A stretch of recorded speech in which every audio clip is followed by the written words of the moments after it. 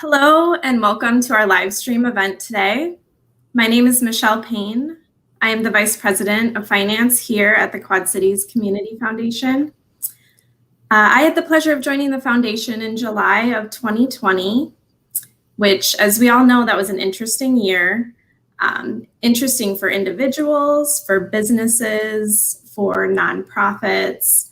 Right here in the community, we've seen so much change from the way we do business, how we receive funding, where we can go, what we can do.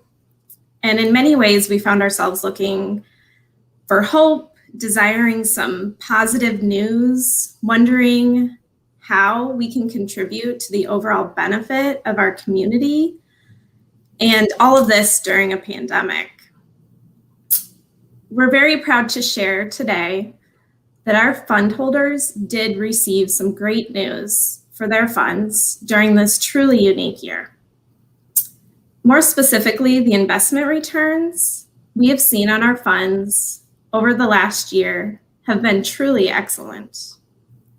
When we see high returns, this creates an opportunity for even more dollars to go out and serve our very own community. It truly impacts each of us in a positive way. Today, we will chat with two key individuals about the great returns the fund holders at the Community Foundation have seen over this past year.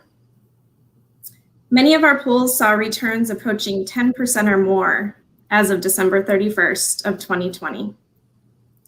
One pool that we are excited to highlight today is our socially responsive pool, which also happened to be our highest performing pool with a 15.6% return for the year.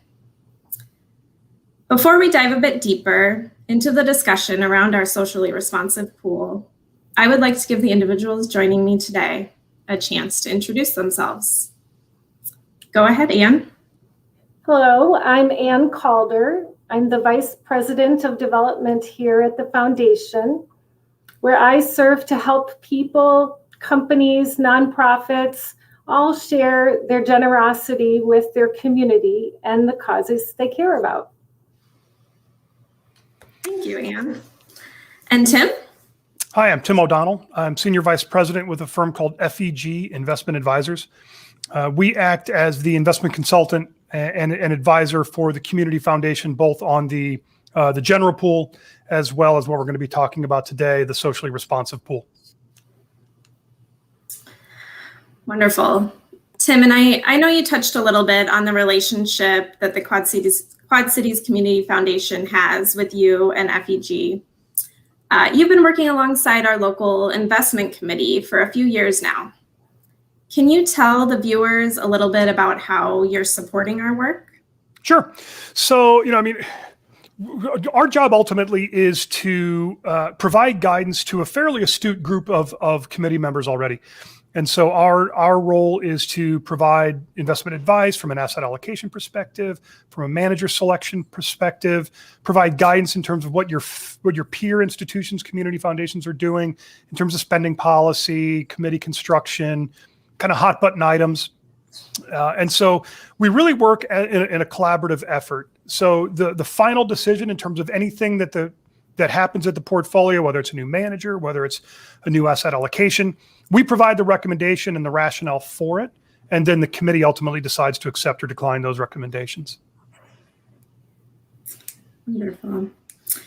And now talking a little bit more specifically about the socially responsive pool, mm-hmm. How did that initially come about? I think it was a few years back. Yeah. It was something that was formed back in December. I'm sorry, when was that formed? It was formed back in December of 2016, and really the idea behind it was, we provided a fair amount of information about the industry as a whole about responsive investing, and you might have also heard the term ESG, or environmental, social, and governance investing, and for the purposes of our discussion here, we can kind of use those terms interchangeably. But we offered up the idea and the rationale for putting together a standalone investment silo of socially responsive investments simply because the industry has matured over the last 10 or 15 years where we can build out a portfolio of what we believe to be best-in-class managers that happen to be socially responsive.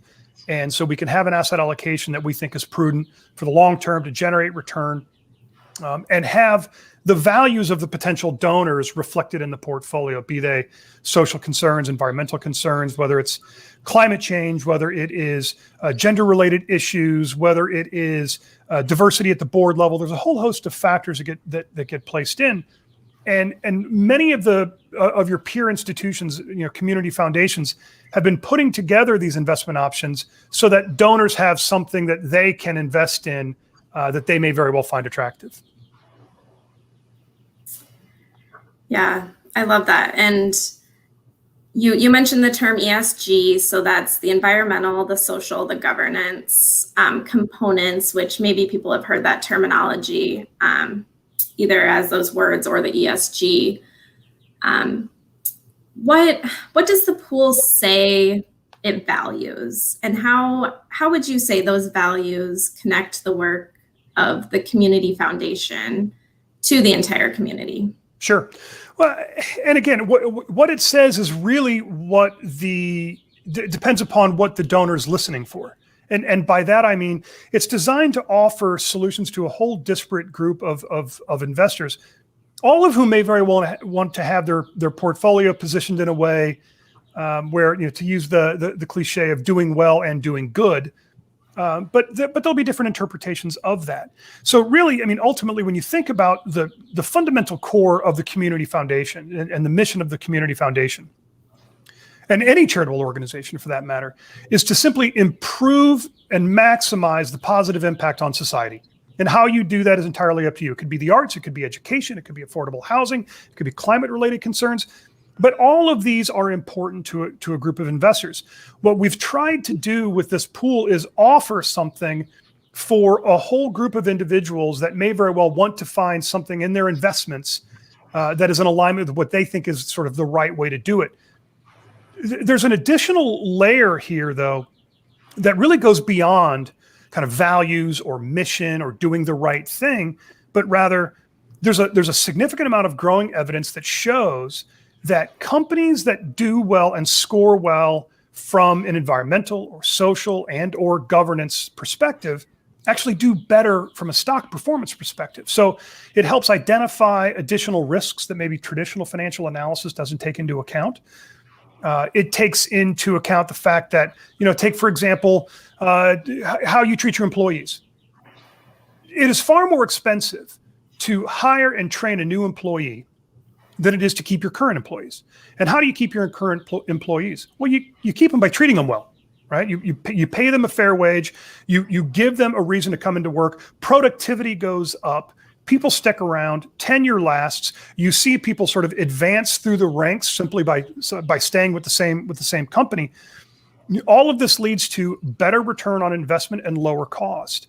If you look at it from an environmental perspective, if you believe that climate change is a very real risk, if you look at something like insurance companies, and if because of climate change we're going to see increased hurricanes, larger droughts, larger floods, what does that do to the insurance industry?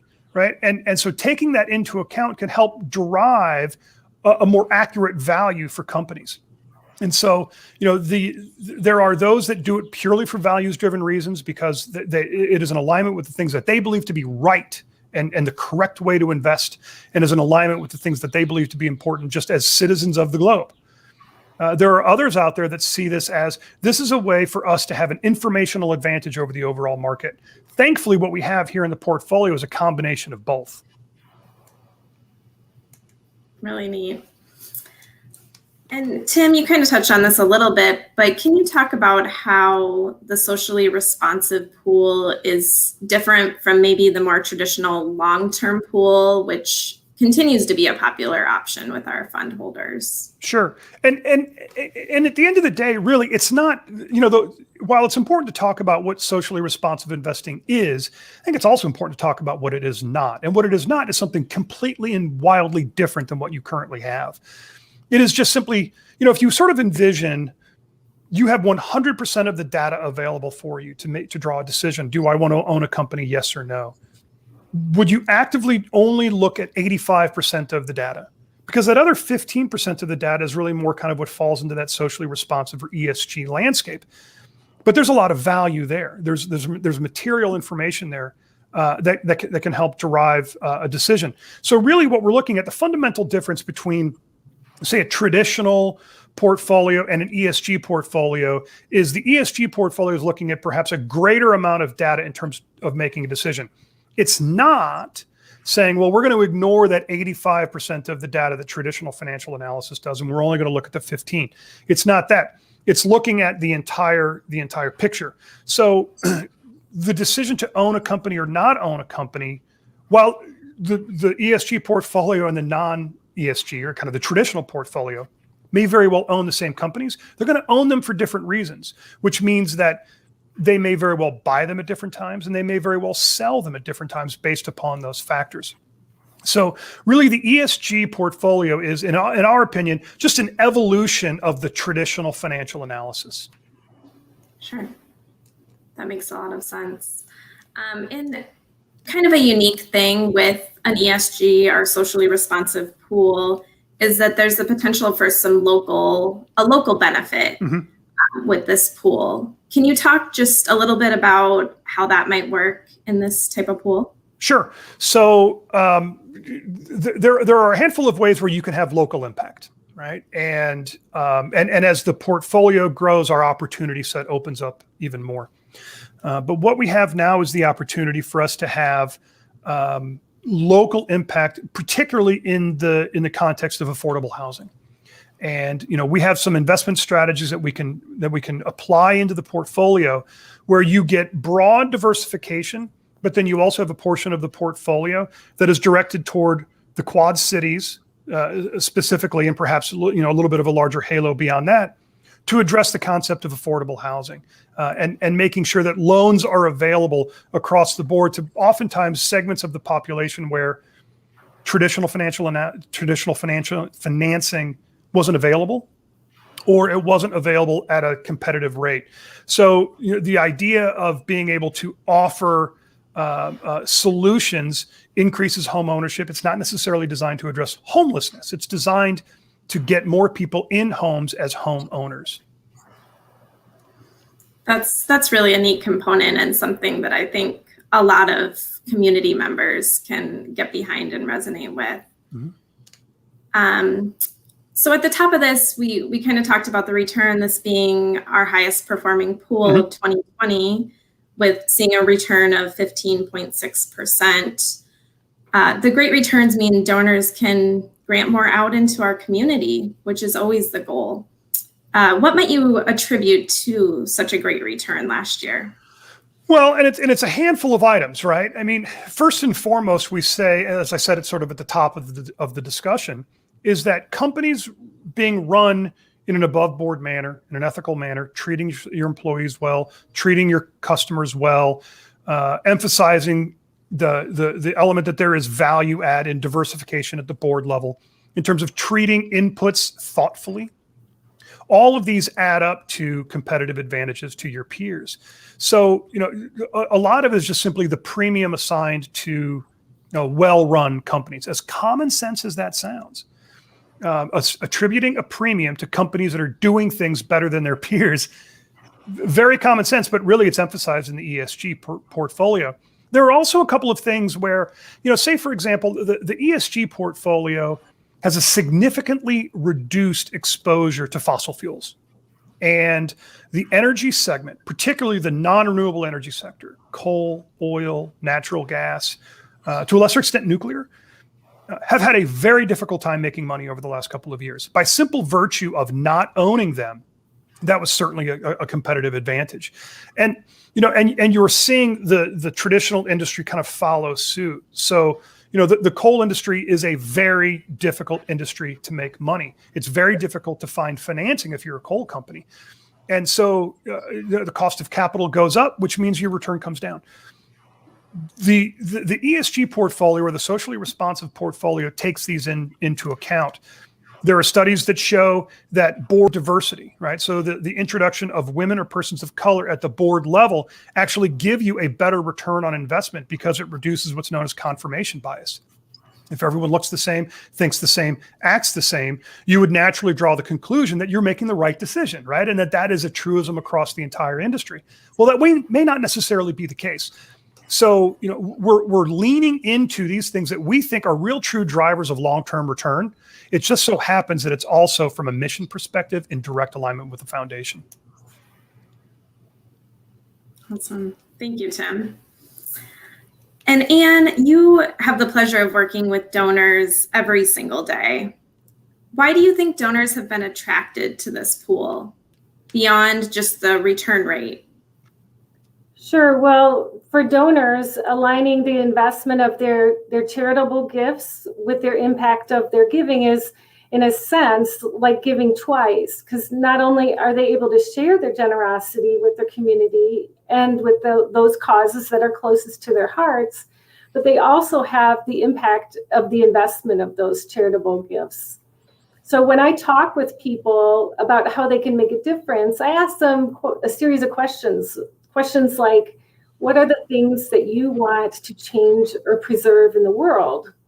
And those are really powerful conversations to have because they get at the root issues and the values that people have and how they want to make a positive change during their lifetime and even after their lifetime. So knowing they can do that in two ways at once is very appealing. And as you can see from the incredible growth in this industry, a growing number of people, especially younger generations, are investing their own finances in socially responsive ways. So I think it's smart that they're looking to do that with their charitable giving as well. Absolutely. And I mean, across the country, there's been community foundations that have started to add this as an option for investing. 3 years ago, only 14% of community foundations offered this sort of ESG, socially responsive pool. And we were one of those that were kind of the front leaders of offering that. Over the years, it's grown to approximately 50% of community foundations that now offer this investment strategy. And what do you think that says about the community foundation and the Quad Cities Community Foundation specifically being on the leading edge of a change like this? Well, as early adopters, it shows that our community foundation looks at every way positive impact can be made. Yes, we encourage change by helping people give to their community. We also encourage positive change by introducing people to new ways to support things that are equitable and things that lift up the health and the well-being and the vibrance of their entire community. We also do it, though, by inviting people to join us in best practices for charitable giving for today and for the future. So part of those best practices includes actively seeking out ways that we can leverage charitable gifts for an even greater effect. So socially responsive investing is just one of those ways that the Community Foundation leads and serves as a trusted resource for generosity in our region. And we invite everyone who's watching to visit with us and learn how you can be a part of it. It's as easy as visiting our website at www.qccommunityfoundation.org or giving us a call on the phone at 563-326-2840 so we can talk about all the opportunities you can have with your socially responsive gifts. Wonderful. Thank you so much, Anne and Tim, for joining me today. Thank you to everyone who tuned in. We hope you learned just a little bit more about this great investment option, the socially responsive pool that we have here to offer right here at the Quad Cities Community Foundation. As Anne mentioned, please reach out with any questions you have. Generosity truly does live right here in the Quad Cities. Enjoy the rest of your day.